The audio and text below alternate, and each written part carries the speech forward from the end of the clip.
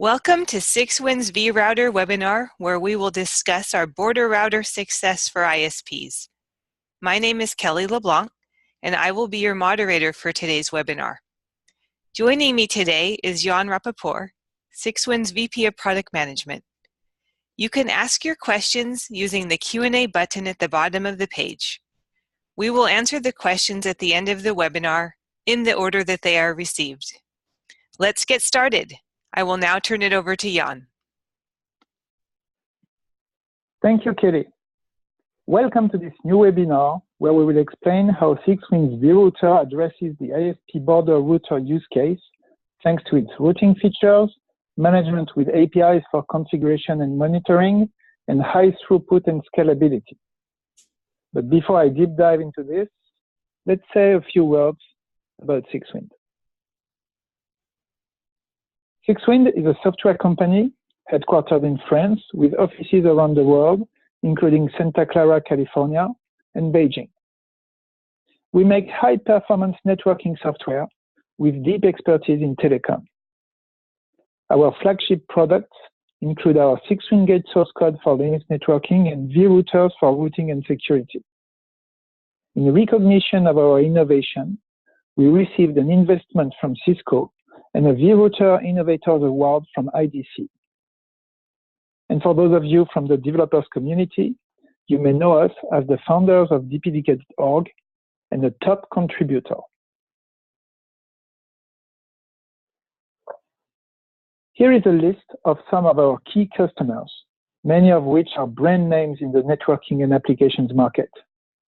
OEMs such as Cisco, Nokia, NEC, Mavenir, Nuage, and many others have been using our 6WIN Gate source code to build their own products for over a decade. Service providers and enterprises such as Airborne Networks, AT&T, and OVH use our vRouters to build their networks and services.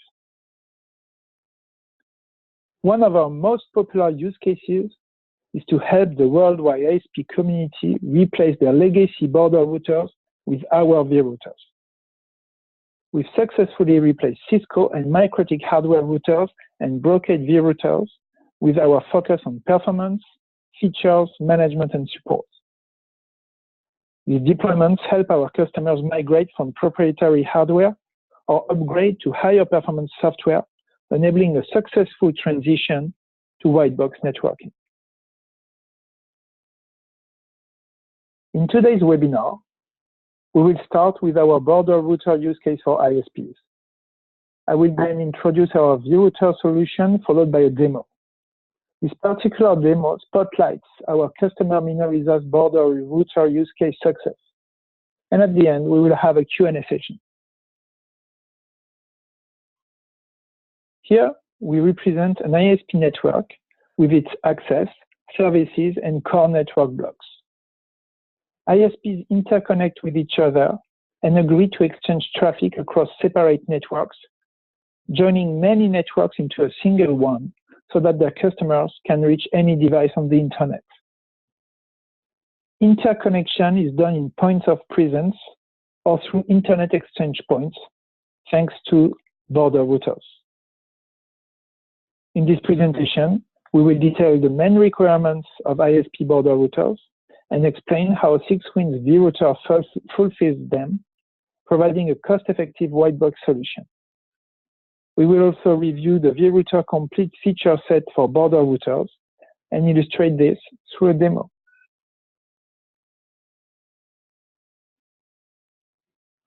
We call border routers the routers at the border of the ISP's backbone.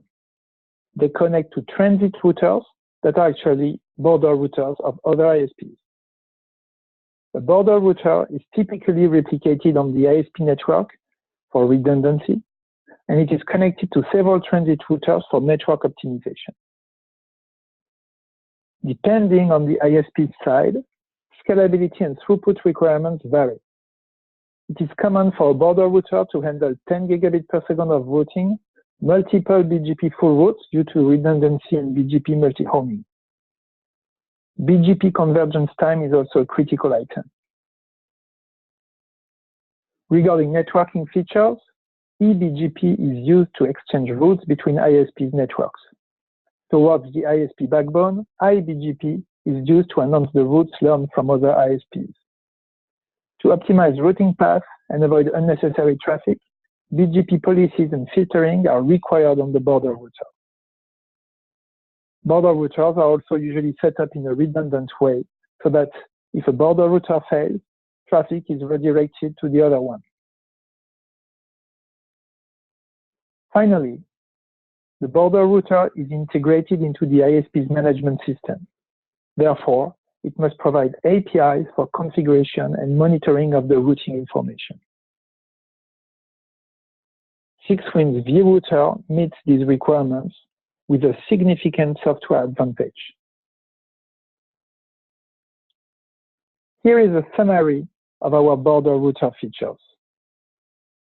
Depending on their size, ISPs require high throughput per border router, up to hundreds of gigabits per second and more, and a very large number of routes. 6WIND vRouter software is designed for performance, leveraging the DPDK for IOs and 6WIND's networking stack for packet processing, reaching a forwarding performance of 12 million packets per second per Intel Xeon core, or more than 15 gigabits per second per core with 136 byte packets, which is the expected packet size in such environment. This performance scales with the number of cores assigned to the vRouter. BGP scalability is only limited by the amount of available memory in the system, so that handling multiple BGP full routes is not a problem. And we leverage the power of Intel cores to ensure fast convergence. The vRouter supports IPv4 and IPv6 external and internal routing protocols with BGP, BGP4+, and OSPF-v2, OSPF-v3. BGP itself allows for a first level of routing optimization using AS path depth, and intelligent routing platforms can optimize the routing path even further by analyzing the global network traffic on the backbone and using BGP flow spec to inject specific policy-based routes to reach a specific destination. We will illustrate this in a few minutes in our demo. ACLs and reverse path filtering are also supported to prevent unwanted traffic to pollute the backbone. In terms of management, the vRouter supports configuration and monitoring APIs for integration with the ISP's management and orchestration framework. The netconf standard is supported for configuration and granular monitoring. And for more advanced visualization features, the vRouter can export KPIs to a time series database coupled with analytics software. A well-known example is the pair InfluxDB Grafana, with which the vRouter is pre-integrated. We have just reviewed the minimal set of features required to provide proper border router appliances. 6WIND vRouter supports all these features and more, including L2 and L3 encapsulations, IP networking with VRFs, high availability, security and QoS, and IP services. The vRouter can run in bare metal and virtual machine configurations, including KVM, VMware, Amazon Web Services, and Microsoft Azure. It supports 1 gig to 100 gig NICs so that customers can select the right performance on their code server hardware. Intel Xeon processors are supported for high-performance appliances, as well as Atom and ARM for medium and low range. Let's say a word about vRouter management, which is a critical feature for ISPs. 6WIND vRouter provides both traditional CLI-based management and IT management based on Yang and netconf APIs for integration with higher-level orchestrators and management frameworks.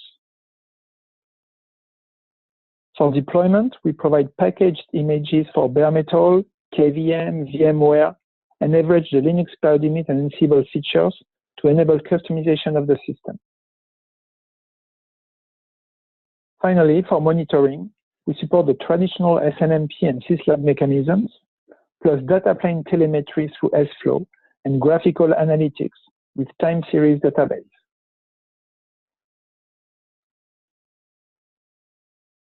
We designed our vRouters to help ISPs replace proprietary hardware with our software on commercial off-the-shelf servers through bare metal and virtual machine deployments.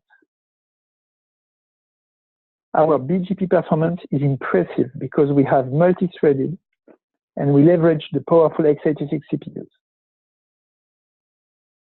Thanks to our software design, we deliver unique advantages for data plane and control plane scalability.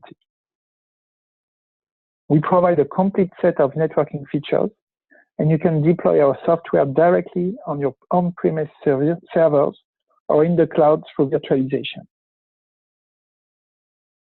Finally, we put a lot of effort in our next-generation management design to help you easily configure, deploy, and monitor your networks.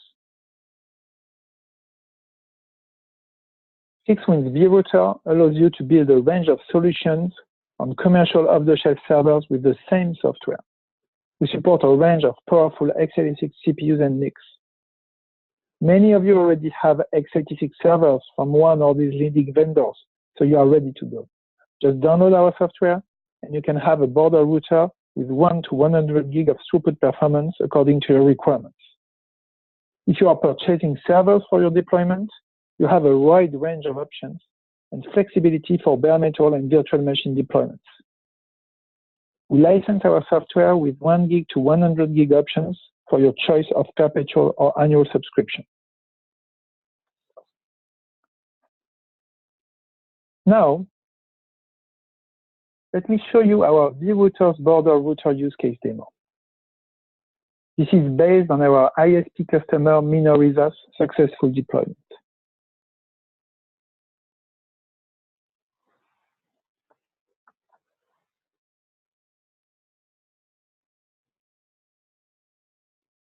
This schema represents the backbone of an ISP with the core routers in the green area in the center and some border routers in the blue areas on the left and the right.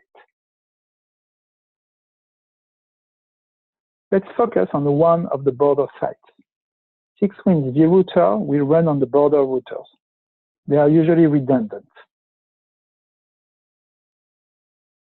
The border routers are connected to border routers of other ISPs, and these ISPs themselves are connected to other ISPs, forming the internet. eBGP is used with the transit routers to exchange external routing information, and iBGP and OSPF are used with the core network to propagate the routes. We will use an Ixia traffic generator to simulate the internet traffic at 20 gigabit per second. Let's start by reviewing the IP configuration of the different interfaces. A lag interface is used towards the P routers in the core to provide active standby high availability with the redundant border router. The traffic towards each of the transit routers is encapsulated in VLANs. We use a loopback interface for iBGP, and let's review the BGP configuration.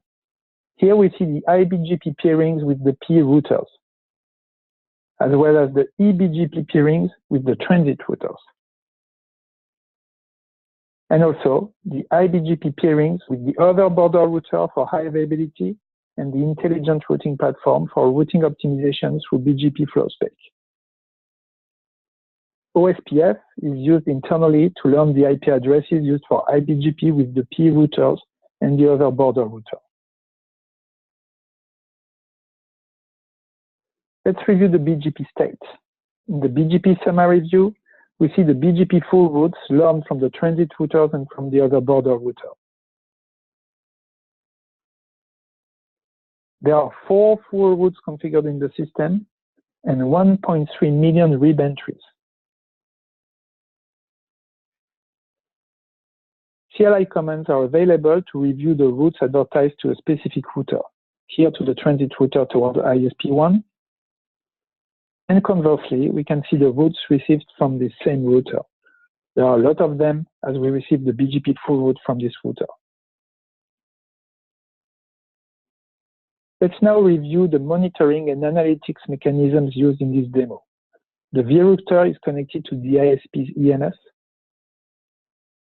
we can review the configuration of the KPIs that are retrieved from the system and sent to the time series database of the EMS. These include product information, such as license and version, system information, such as CPU or memory usage, networking statistics, and others. These KPIs are periodically exported to an InfluxDB time series database and will be displayed in the Grafana dashboard, as we will see in a few seconds. And for the data plane statistics, SFlow is used to export data plane samples to the EMS. This information will be used to chart how the traffic towards diverse destinations is dispatched among the different transit routers. We can dump traffic on the core network to see the SFlow v5 packets toward the EMS.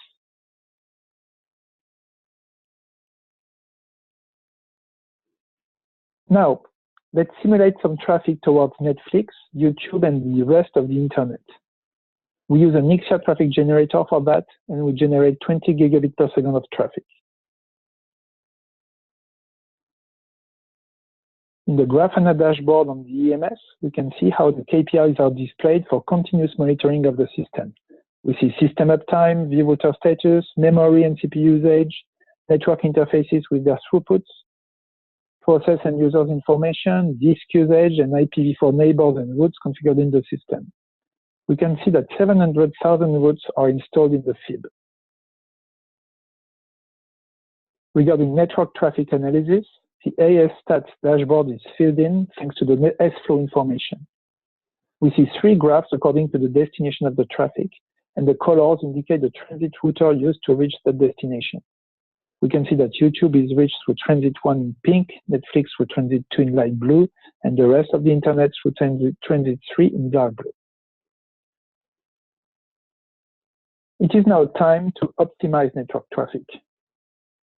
As we have seen, traffic to YouTube goes through ISP 1, traffic to Netflix through ISP 2, and traffic to the rest of the internet through ISP 3, according to BGP and AS path selection. At some point, the IRP detects that it's more optimal to reach the internet through ISP 1 compared to the path that was originally selected by BGP. BGP flow spec is used to alter the read into the vRouter using policy-based routing. As a result, the traffic towards the internet starts flowing through ISP 1.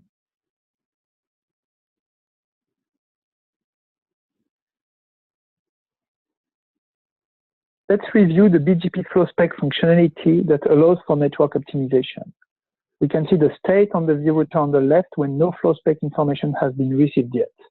On the IRP, we will use the ExaBGP tool to send the flow spec rule to the vRouter, asking to redirect the flow with destination 8.8.8.0/24 that simulates the internet traffic through transit router 1. You can see on the vRouter that the BGP flow spec prefix has been learned, and that it translates into an ACL and into a policy-based routing rule that will take precedence over the routing path that was computed by BGP.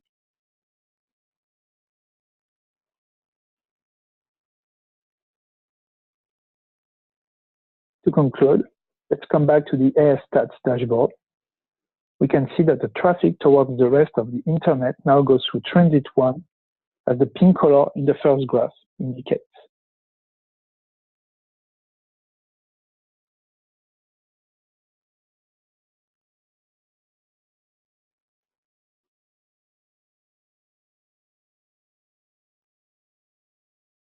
So we have just seen how our vRouter solves ISP challenges for industry-leading performance, software scalability, features, and next-generation management for their border router use cases.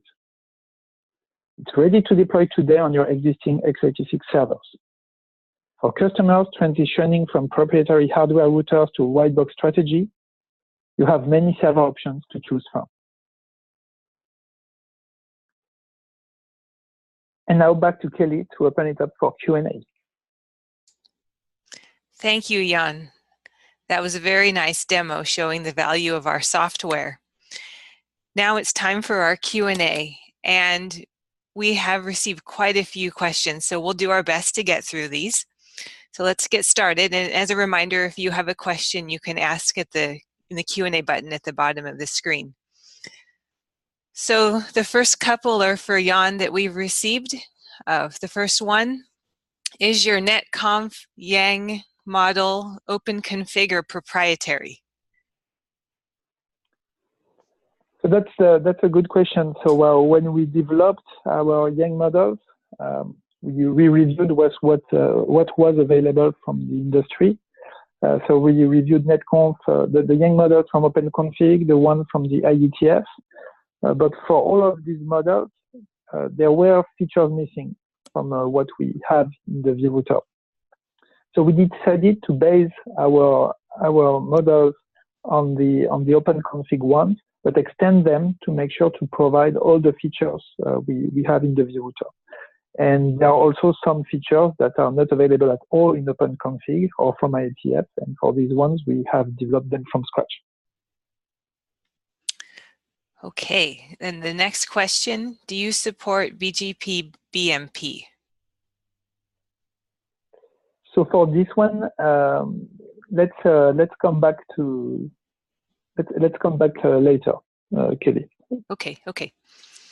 We'll move. So what are the recommended Intel CPUs to maximize performance?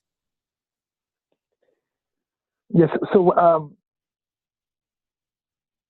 it's a good question actually, because it all depends what you mean by maximize performance. The beauty of our pure software solution is that we support any kind of Intel CPU. So we support very high-end Xeon Platinum CPU. We support the Atom CPUs. We also support ARM CPUs. So it's really according to your requirements, and the maximizing performance can mean having the maximum throughput, in which case you take the highest end CPUs like the Xeon Platinum scalable CPUs. It can also be for a given number of cores for an appliance, let's say a small 4 cores or 8 cores Atom appliance, be able to deliver the best performance for the size of this appliance. And so I would say that we always maximize performance because we make the best out of the hardware on which we run. Now, the highest end the appliance, the higher the throughput. Okay. The next one. Okay, although this is about border routing, would something like this be viable inside of the core within the context of an ISP? Sure. So yes, this webinar is focused on border routers, but the features we have just presented can be used in the core. So we are working on additional features for different use cases in the core. For example, we have some customers for BNG, for LNS, and we are also considering PE routers where we have MPLS in the roadmap. So yes, obviously we have the right technology. We are working on the feature set to address all the equipment in the ISPs network, and the benefits of this will be that we provide a unified management orchestration API for the different 6WIND equipment, and you can use that to build your solution and adapt to your requirements. All right, and a second question following the first one there. Great question. So with 6WIND, is it really viable to ditch all high-cost proprietary hardware routers, again within the bounds of an ISP? Yes, so I must be fully honest for this answer. So there are equipment that require a very large density of ports. And this is not addressed with pure Intel architectures. So with 6WIND, you're not going to replace those deep core equipment that require hundreds of ports at very high speed. And by the way, usually these equipment don't have a very large set of features. There are switch routers. I would say kind of low level, very high performance, and for that you need ASICs. For the rest, yes, it's really viable to use whitebox networking because you have the freedom of choice of your hardware solution. So you can choose your servers, you can choose your NICs, and you can change them in time as your requirements change. Plus, when you go for a software solution, you're prepared for the future as 6WIND solutions run in bare metal or virtual machines because it's pure software. So by design, it's ready for virtualization, and we all know that that's the future of networking. Okay, next question. Does 6WIND support NOS for whitebox switching, Broadcom, Barefoot, etc.? So this is a question about switching. So as of today, we focus on L3 appliances. We don't support network operating systems. All right, the next question. What platform did you use for your demo? Oh, good question. Yes, so in this demo, so we decided to demonstrate a 20 gig vRouter. It was running as a VM on an Intel Xeon platform, E5 2690 V3 CPU, 2.6 gigahertz, and we use also Intel 82599 10 gig NICs that were configured in pass-through. But actually, this same demo could run on the Intel C3000 for lower performance requirements. It could run on an Intel Xeon Scalable Platinum processor for very high, several hundred of gigabits performance requirements. As I said, our data plane performance scales with the number of CPU cores, and the control plane performance scales with the memory in the system. So it's really possible to build a range of solutions according to your requirements using the same software. Great. Have you integrated your vRouter with any management frameworks? Another good question. Yes. So something maybe we didn't fully explain in this webinar is our vRouter has been available for the last 2 to 3 years, but they rely on a technology that is proven and has been deployed for decades. And so we have OEMs customers that have built solutions for the last 10, 12 years using our technology. And so these customers